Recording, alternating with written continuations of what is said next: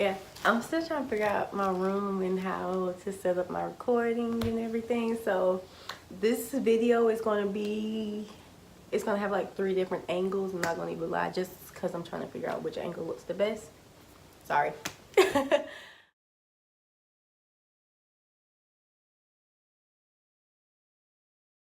Hi guys. It's been a while since I've recorded and done a new video and posted a new video, and as you can see, that is because a lot has changed.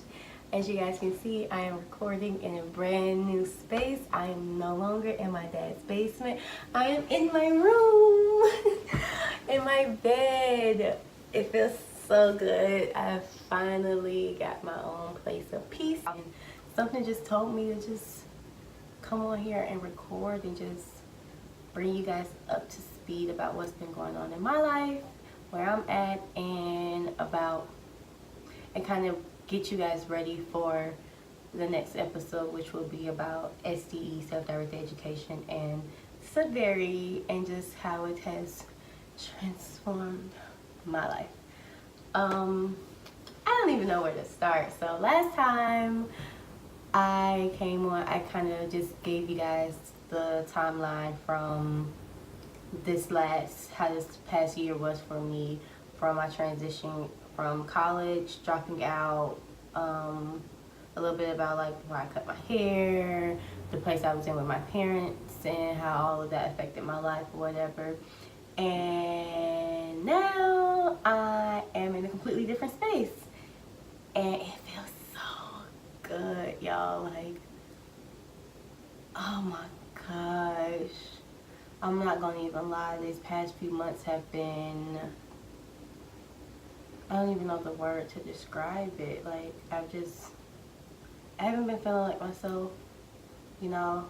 I feel like I got my glow back. That's why I'm in front of the camera, because I couldn't be in front of the camera if I wasn't really feeling myself like that, because you know how I do. So yeah, I kind of felt like I lost myself for a minute, and that's why I couldn't get in front of the camera, because I felt like if I was going to get in front of the camera and I was going to open up to you guys, I had to really be able to open up. And in those moments, I was going through so much that I wasn't able to open up. I knew that I had to wait until the time was right for me to really open up and get ready and talk to you guys about it. And that's where I'm at right now. I went through a huge transition. I got into big argument with my dad, and it led to me staying with my mom for a few months, and it was just a lot going on. My car had gotten messed up. I didn't have a car for a minute.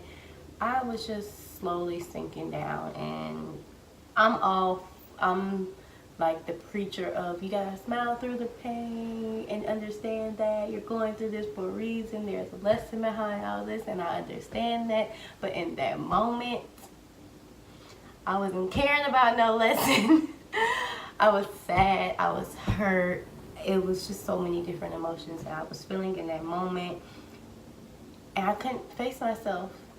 Because that's basically what I do when I get in front of the camera. I release and I face myself. And in those moments, I could not face myself. I had to wait till I finally went through the storm, hence the storm, and be able to talk about it.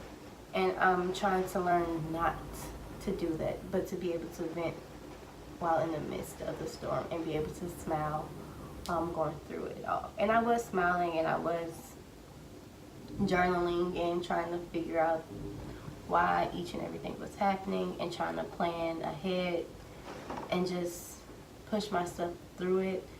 But it was so much going on. It was a lot, and you know, and I felt like I put myself, because nobody else put me in this, I feel like I put myself in the position to be this role model, this leader,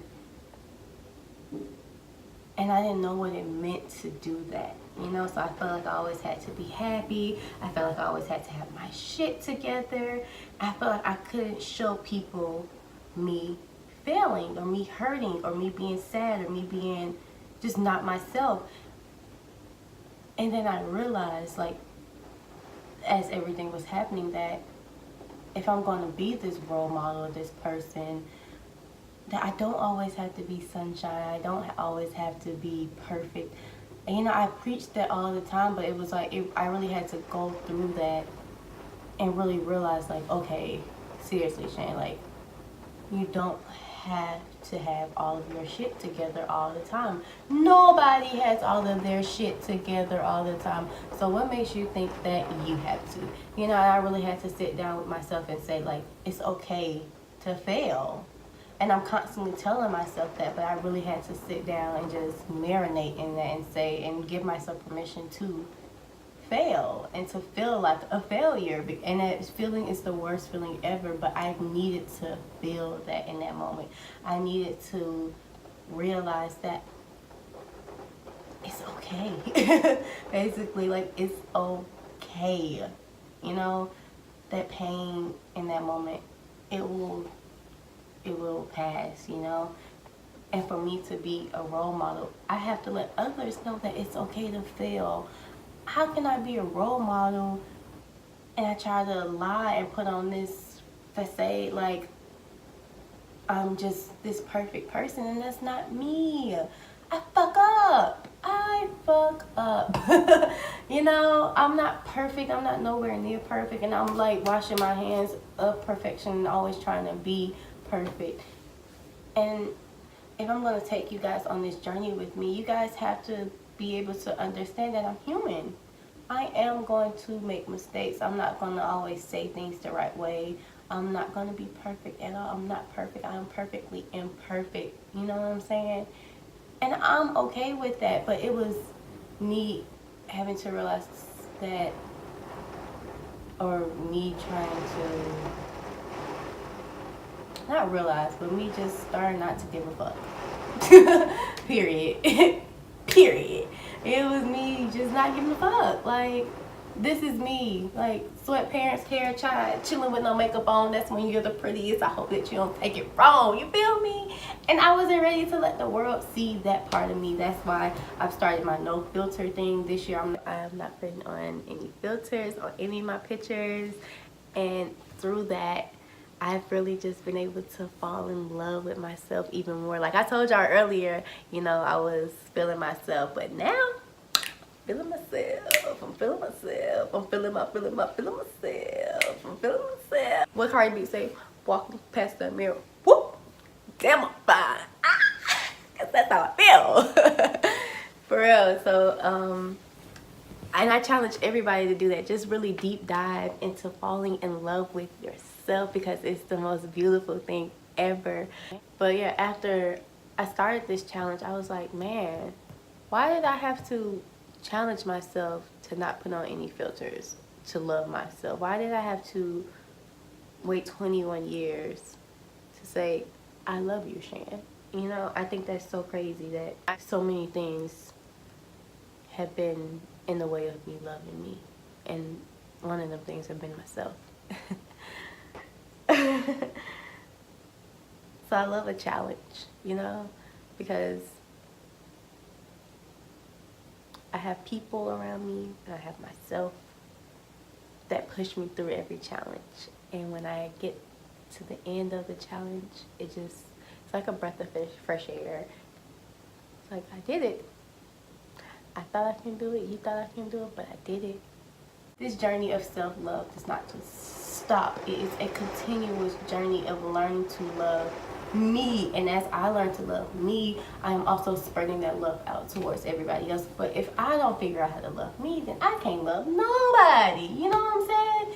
And so I had to really realize that this year, this past few months. And that was part of the problem. And it was also me getting past a lot of issues that I've had with my parents. I am trying to take a lot of the load that I put on them and put it on myself. And when I say that, I mean that as a child, I looked up to my parents. I wanted them to be superheroes. You know, my mom was my superwoman and my dad was my Superman. They could not do anything wrong. And if you tried something or you said something about my mama, well, but you was gonna get your beat. Point blank, period. No, seriously. But, you know, and as I got older, I started to see them as humans. And it was like, that glass had to shatter. That illusion had to be broken. And that's what these last few months were, just breaking all those illusions of what people and relationships and friendships and all that should be, and how it should look, and how I should look, and how everybody else should be, and just taking shit for what it is. You know, if I'm expecting somebody to take me as I am, then I have to do the same thing and take you as you are. And that's just how it is. And I really had to accept that these last few months, and I've had to just deep dive into all my relationships and friendships, especially, like I said, with my parents, and just see them as humans and try to realize that, yes, I am their child, but my responsibilities are not on them, and my expectations should not be put onto them. Just like I don't want them to put so many expectations on me, I should not have to put all those expectations on them to be my savior, my superhero all the time. And I'm really learning how to parent myself.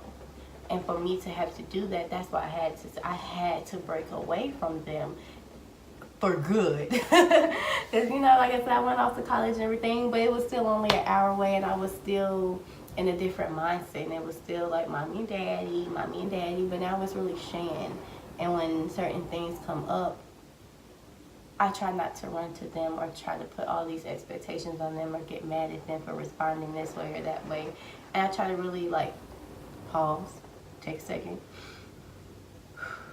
breathe, and really evaluate the whole situation. And, you know, and me and my mama, we just alike. So I had to say, like, look, sis, I'm gonna call you back.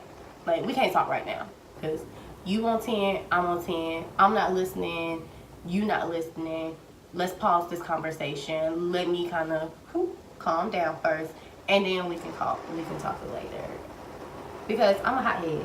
I'm a Taurus. You know what I'm saying? You get the bull, you get the horn.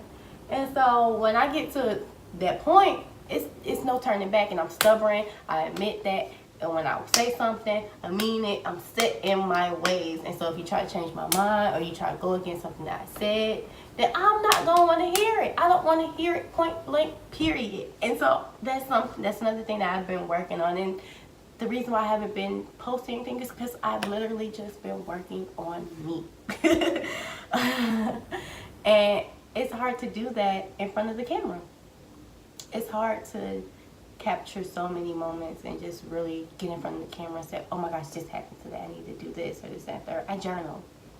I write stuff out when something happens. So when I'm feeling this emotion, you know, I'll go journal it down. And I work at a school with kids, so even in those moments, I'm constantly getting interrupted. So I don't constantly think about picking up the camera and recording something. And then, like I said, I've been in a big transitional phase.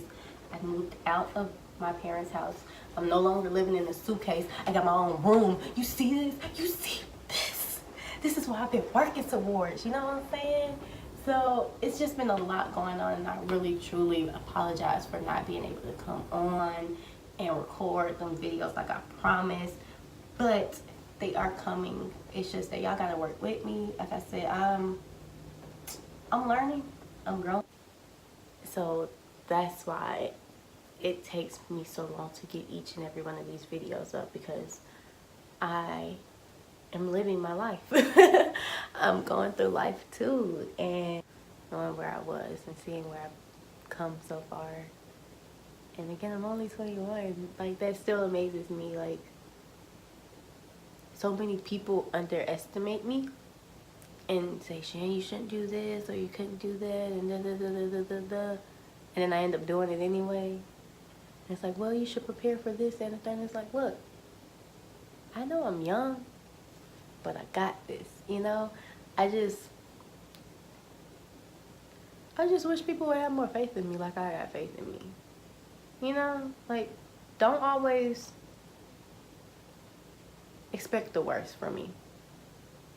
Realize that I'm a boss, that I'm smart, and I got this, because I made it this far. And if I made it this far, I can only keep on going up from here. Now, I'm not saying I'm not going to fall, because I'm human. And then the highs don't always last long. Life is a roller coaster. Life is a journey. It has its ups and it has its downs. I'm not saying I'm not gonna fall, but I'm not gonna fall flat on my face. And if I do, I'm gonna get up with grace, and I'm gonna reach even higher than I reached before. All I ask is that the people around me love me and support me. And I think that's what we all want. And I think that's what hurts the most, when you don't get that. And I think that's why I really had to kind of take a pause from all this, because that's why I was wanting the most from other people and I wasn't getting it.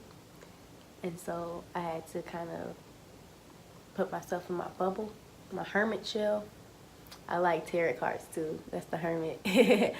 I had to, go in my hermit mode and just be my own support system and be my own cheerleader and go out there and do all this for myself. And it's been hard. Like, it hurt too. But it made me stronger and it helped me get all of this. And so, like I said, I know that if I can get this, then I can just keep on reaching and getting even more. Like, I'm only 21.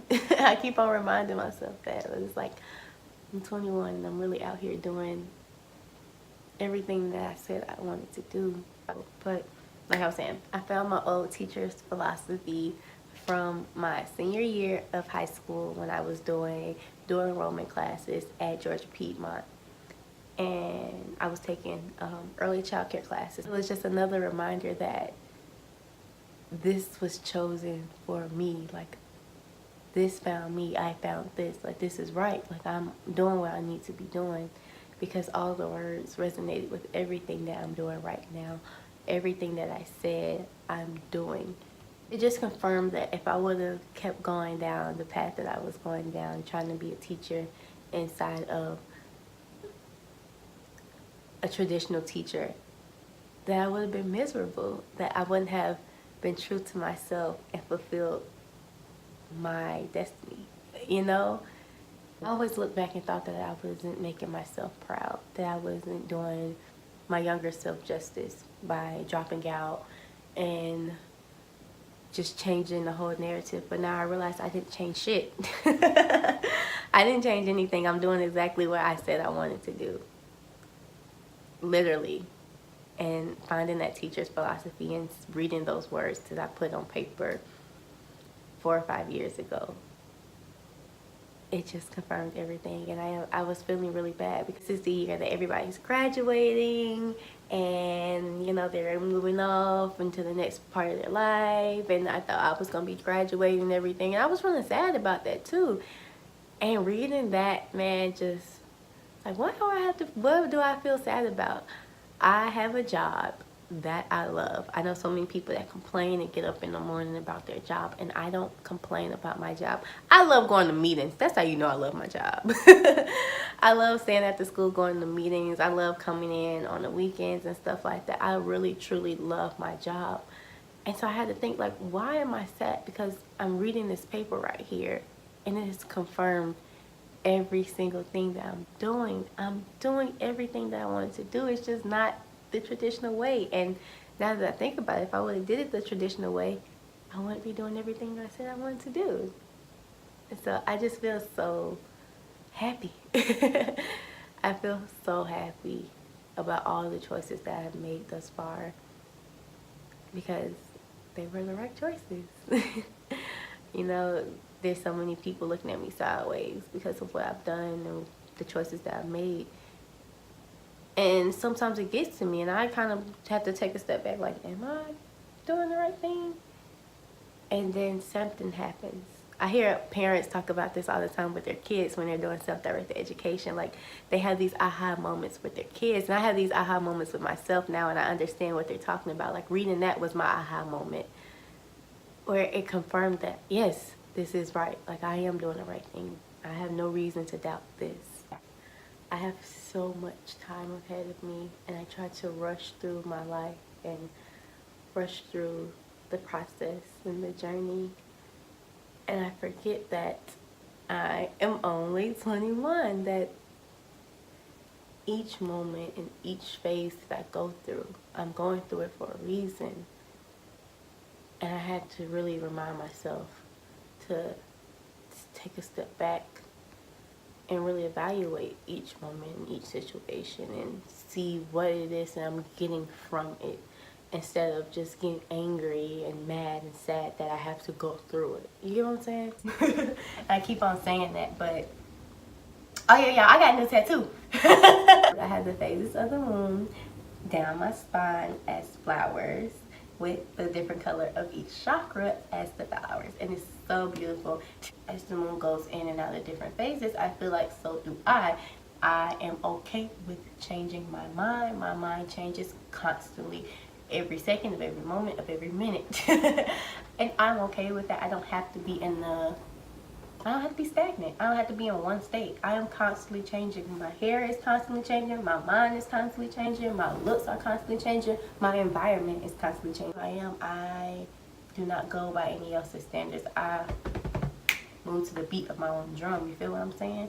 So that's why I felt like, that's why I guess it took me so long to do this, because I knew that I would have to be consistent to capture my audience. I knew I would have to it would be hard for me to move to the beat of my own drum, because my life is constantly changing. And when stuff happens, I'm very sensitive. I am very, very sensitive. So when stuff happens, it takes me a minute to process it and to get through it. And I know when I'm going through those emotions and through those different moments, I don't want to be bothered. I don't feel like talking about it directly. I'll post something here and there on Instagram and Twitter, just to let Instagram, Snapchat, Twitter, just to let folks know I'm okay. But my biggest thing with doing this was that I had to take you guys deep into my life and really open up to you guys and show you guys who I am. And I didn't feel comfortable with doing that. I'm not going to even lie. And so I was really trying to also, while I've been figuring everything out, trying to figure out a way to make sure that I'm comfortable with how much I'm sharing and not giving too much and also not giving too little, and really finding a balance in between the two. And I still haven't found the balance. But so many reasons as to why the miseducation of our emancipation is so important to me, and why this came about is because I need it just as much as I feel like you guys need it. It's not just about me. Yes, I am documenting my journey, and yes, I am using this as a space to vent, but I'm also using this as a space to bring awareness and to bring enlightenment. Not just for the sake of the next generation,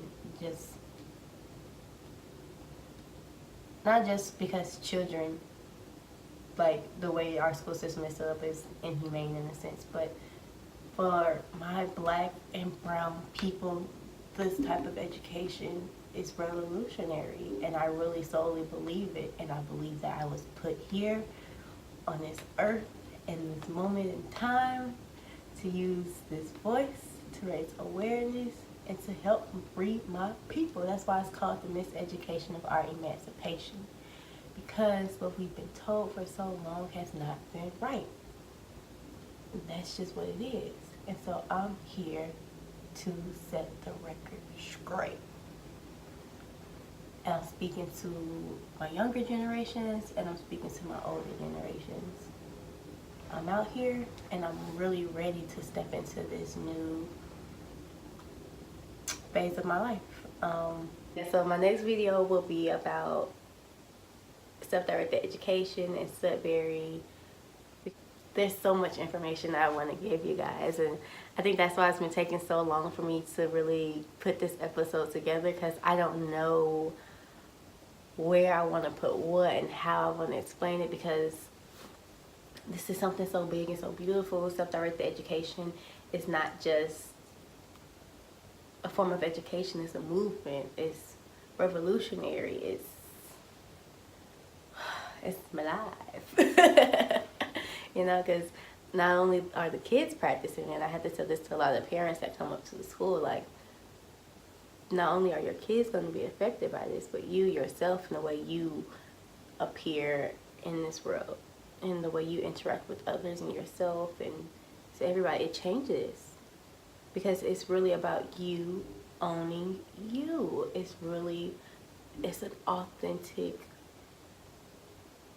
journey. It's really, and that's why we call it unschooling, because it's really you unlearning everything that other people have told you and that you taken up as a child, and you just pulling back all those layers and figuring out who you are and not what everybody else has told you to be and who you think you should be, but really deep diving into who you are, because you came into this world knowing who you were. And as you grew older, you know, you start taking on different personalities of other people, and you start hearing about what your parents said and what your teachers told you and stuff, and all that started indoctrinating into you, and you changed and you stopped being you. And what self-directed education is not, it's taking all that away and you really fully presenting yourself as you. And that's for the adults. And if you're doing that as a child, you don't have to worry about other people telling you how to present yourself, because you are growing up in a world where you are yourself constantly, and you have that confidence that you need, and you are able to speak up with that voice. You know, it took me so long to find my voice, and I'm still in the process of finding my voice. And that's another reason why it takes me so long to pick up these videos, because I am legit scared. I'm terrified. I do not like speaking like that. I used to be so talkative. I used to get straight T's. That's what they used to call me in school. And from that, I don't know, it's a lot has happened to the point where I just got uncomfortable with speaking. And I'm really finding ways to grow my voice and to be comfortable with my voice and to really speak up and speak out. And it wasn't until I got into self-directed education I didn't realize how bad it had gotten to the point where I did not want to speak. Like, I know why the caged bird sings, dead ass. You feel me? So it's things like that that have helped me fall in love with self-directed education, and why I feel like it's so important, especially for us Black and brown people. I did not realize when I got into this work that it was also activism. It was social justice work. I didn't realize how much my people needed this, because we're constantly being told that we're free, but how are we free in this world? You know, the school system has shown us that it's a pipeline to the prison system. So why are we putting our kids inside of these schools that I get lost for words when I talk about this, and it's not because I don't know what to say. It's just that I get so caught up in it, and it's like it baffles me that people still fight me when I speak up about this, because the proof is right in front of you. Like, you see it, and you still are fighting me and saying that this is the right way, this is the way it's supposed to be. But how? How is this what it's supposed to be when we're not benefiting from this system at all? Our people are not benefiting from the educational system. Like, really think about it. If we're talking about oppression and white supremacy, if the people that have made this school system are the people that's oppressing us, why would you think that this system is going to benefit us? Honestly, truly, how in the fuck, how in the hell is the system that the man has built going to help us? And I understand that we fought for years and years to get inside this system, but honestly, we were better off when we were doing our own thing instead of fighting to get inside of a system that wasn't created for us. You know what I'm saying? If you look back into our history, the best times for us were when we were thriving in Black businesses, when we were segregated. Desegregation did not help us at all. Point blank, period. When we had to go and rely on each other, that was when Black people were thriving. And now that we have fought so hard to be one with the man, look at the way we're acting, the way we're treating each other, and how worse we've gotten. I was watching Trigger Warning with Killer Mike, It said that the black dollar stays in the black community for 6 seconds. 6 seconds. That amazed me. And I don't know why, because I'm one of the people. I don't spend my money with my people, you know, so I can't even be mad about it. And it really woke me up to like, dang, like I'm a part of the problem. The same problem that I'm sitting here trying to fight, but I'm trying to fight it within the educational system. But that doesn't mean that I also can't find other ways to help promote and help my people. And that's what I'm trying to do here, you know? So yes, this is about me, but it's also something way bigger than me, because I really want to see my people do better. And that's why I love self-directed education, because it is truly about complete freedom. What we fought so long for, what we think we have, but we really don't have. You're not free if somebody's telling you when you can go to the bathroom, when you can sit down, when you can stand up, when you can eat, when you can sleep. That's not freedom, y'all. So what do we really fight to get? We fought just so that they can have more control of us. Now that's the truth, unfortunately. And if you disagree and if you don't like it, that's perfectly fine with me. I'm not about to sit here and argue with nobody. But I've been inside the school system, and I'm outside of the school system now, and now I'm in self-directed education. And the most that I've learned is when I'm able to own myself and say that I don't want to do that, or I can eat when I want to eat, or I learn how I learn, or I move how I move, and can't nobody else tell me how to do it. And that's why I love self-directed education. And that's why I think it's so important for our people, little black girls and black boys, to really stand up and have a say-so in their education. Too many times we, as black people, look at our children funny when they say that they want to become artists, or they want to become teachers that aren't standardized teachers, or anything that's not professional. And it's like, how I don't understand how we expect our kids to, or how, not we, well yeah we, how black people, black and brown people, people of color, expect our kids to have this big, beautiful voice and to stand up for themselves and to be just this perfect human being that everybody says they're supposed to be. But we're putting oppression inside of our households. And you can't tell me that you don't understand that oppression is not inside of our households, because the minute that your child goes against you or anything that you believe is right, what you do? You whoop them, you scrutinize them, you yelling at them. That's oppression. You oppressing your child. You taking away your child's voice before they even go out in the real world and figure out that they have a voice. You feel me? And so that's what I'm fighting against. That's why I speak. I want to give the next generation that's coming up of little black girls and little black boys voices to speak up, to speak out. That's why I love self-directed education. That's why I love unschooling. That's why I work at a Sudbury school. And unfortunately, the Sudbury school that I work at is not filled with black and brown people. You know why? Because whenever I speak about this type of education to black and brown people, they look at me sideways and they say, we don't have the luxury to do that. We can't afford that. How can you not afford freedom? I don't understand. We don't even try to give something like this a try, because we are too brainwashed by the system. And that's the truth.